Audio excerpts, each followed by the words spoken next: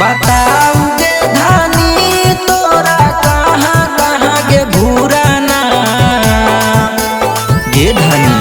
बताऊ गे धानी तोरा कहाँ कहाँ के घूराना।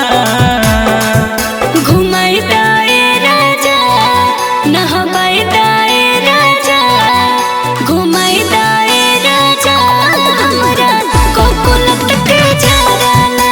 घुमाई दाए राजा हमरा कोकुलत के झराना। बताऊ गे धानी तोरा कहाँ कहाँ के घूराना। घुमाई दाए राजा नहबाई दाए राजा घुमाई दाए राजा हमरा कोकुलत के झराना। घुमाई दाए राजा हमरा कोकुलत के झराना। घुमाई दाए कोकुलत के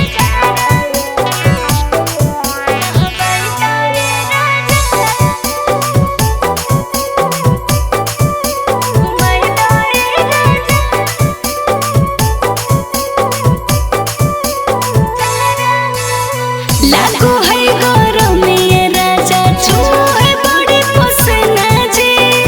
आज तक ले धन के अपन घुरैलो तो कहीं ना जी। ए जी सुनो ए जी सिलावाला खजाए राजा खिलाए दा हमरा राजगिर वाला गला सबेर चढ़ाए दा।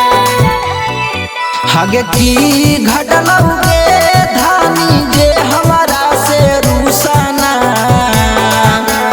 बोल गे हगे की घटलऊ गे धानी जे हमारा से रूसाना।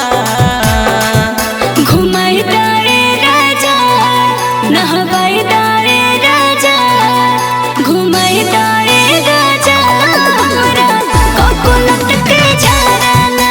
घुमाई दाए राजा हमरा कोकुलत के झराना।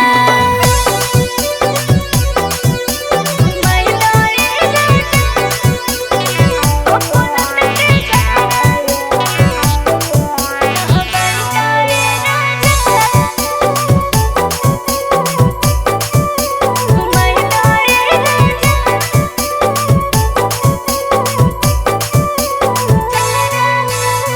बड़े दिन से कहले हखिन बड़ की गोतीन जी। लगत नहीं टाइम ए राजा आज बैठल के दिन जी। मान जाना ए जी ए पिया खर्च नहीं ढेर हम करइबो जी। सटे बुलडरवा देवरवा के ले जइबो जी। आगे माँ